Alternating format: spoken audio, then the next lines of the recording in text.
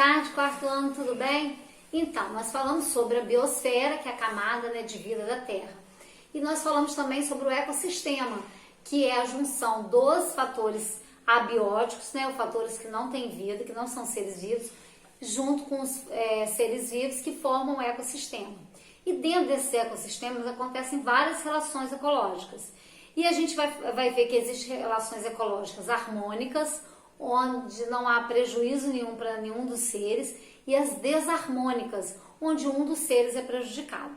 A primeira relação harmônica que a gente vai falar é a sociedade, que é a da abelha, que nós vimos na abertura do nosso capítulo, lembra? Da abelha lá na flor, tirando néctar. Ela não prejudica a flor, não, pelo contrário. Ela ajuda a flor, porque ela leva nas suas patas os grãos de pólen que fertiliza a flor para ela dar mais flores ainda. Então elas se ajudam, é chamado até de mutualismo, essa relação. Então, mas a primeira relação que a gente vai falar é sobre a sociedade. O que é sociedade? A sociedade é uma relação onde vários seres trabalham, estão no mesmo ambiente e cada um tem uma tarefa. Existe uma divisão de tarefa entre eles, tá? Eles vivem em grupos, mas não dependem um do outro para viver em grupo. Assim, até consegue viver sem, mas tem necessidade de viver porque cada um tem uma tarefa, então ficar para um só vai ficar mais difícil, né?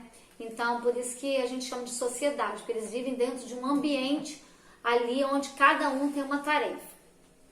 A outra relação ecológica é o comensalismo, que é o caso do tubarão e as rêmoras. As rêmoras são peixinhos pequenos que nadam junto com os tubarões e elas comem os restos alimentares do tubarão. Então, olha bem, elas têm dois benefícios.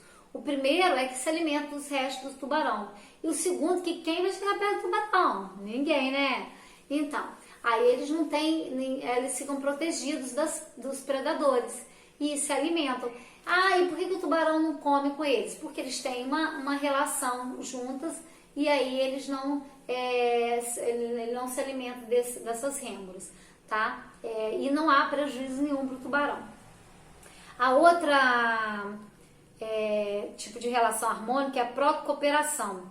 Nesse, os dois indivíduos se beneficiam, que é o caso do paguro e do caranguejo,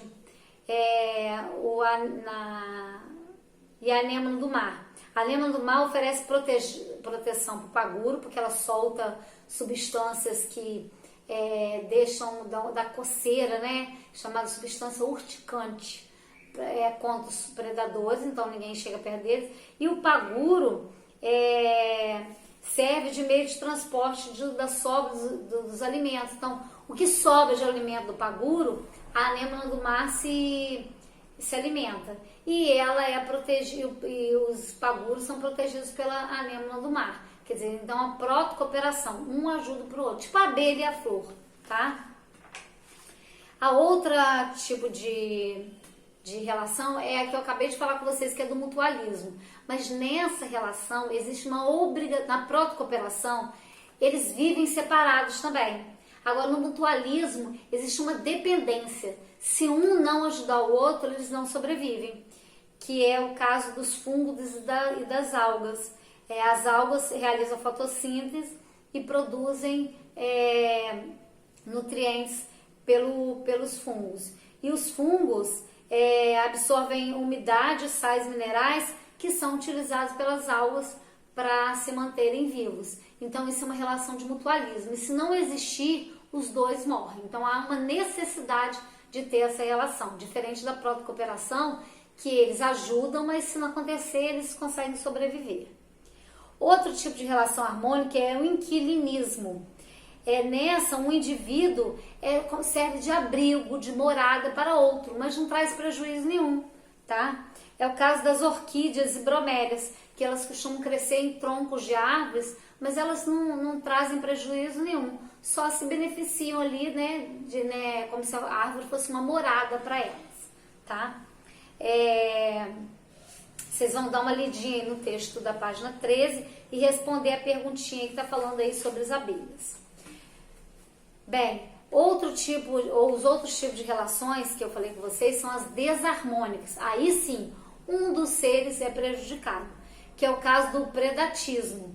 No predatismo, é uma relação que acontece quando um ser caça o outro para se alimentar. Mas isso é necessário, gente, porque eles precisam de alimento. Nós, por exemplo, somos predadores. A gente se alimenta de plantas, se alimenta de animais, mas a gente faz isso para sobreviver, a gente precisa disso. Então a gente é chamado de predador. E quem a gente come é chamado de presa. O interessante disso é que você pode ser no nosso caso é mais difícil, mas com os outros animais e plantas, ora é predador mais animais, né? Plantas nem tanto. Mas ora são predadores, ora são presas. Que é o caso, por exemplo de um gavião.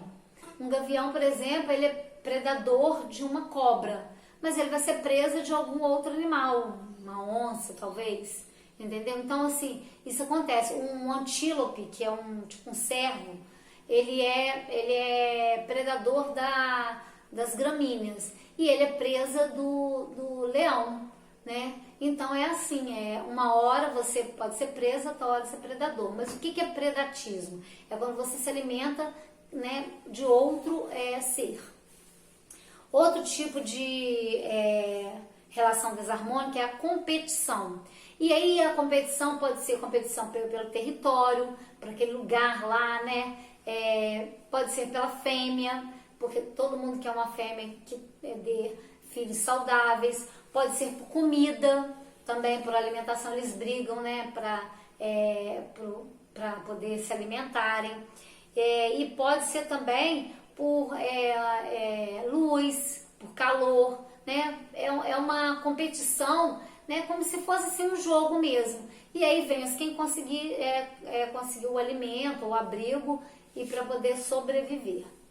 Outro tipo de relação desarmônica é o parasitismo. E isso acontece, gente, porque o hospedeiro, que é quem abriga o parasita, ele é sugado o alimento dele. Quer ver o caso do piolho, que, né, de vez em quando aparece na nossa cabeça? Então, é um parasita, ele suga o nosso sangue. E ele dá o que pra gente? Nada, só causa doença. Então, ele é um parasita e ele não sobrevive se ele não sugar o alimento de ninguém. É o caso da pulga, do carrapato, dos vermes que ficam dentro do nosso intestino, né? São vários parasitas que necessitam de um hospedeiro para sobreviver, tá? Tem também erva de passarinho, erva cipó chumbo também, que fica nas árvores, e ela mata a árvore todinha porque suga todo o alimento que a árvore produziu através da fotossíntese. A página 16 não precisa ser feita, tá?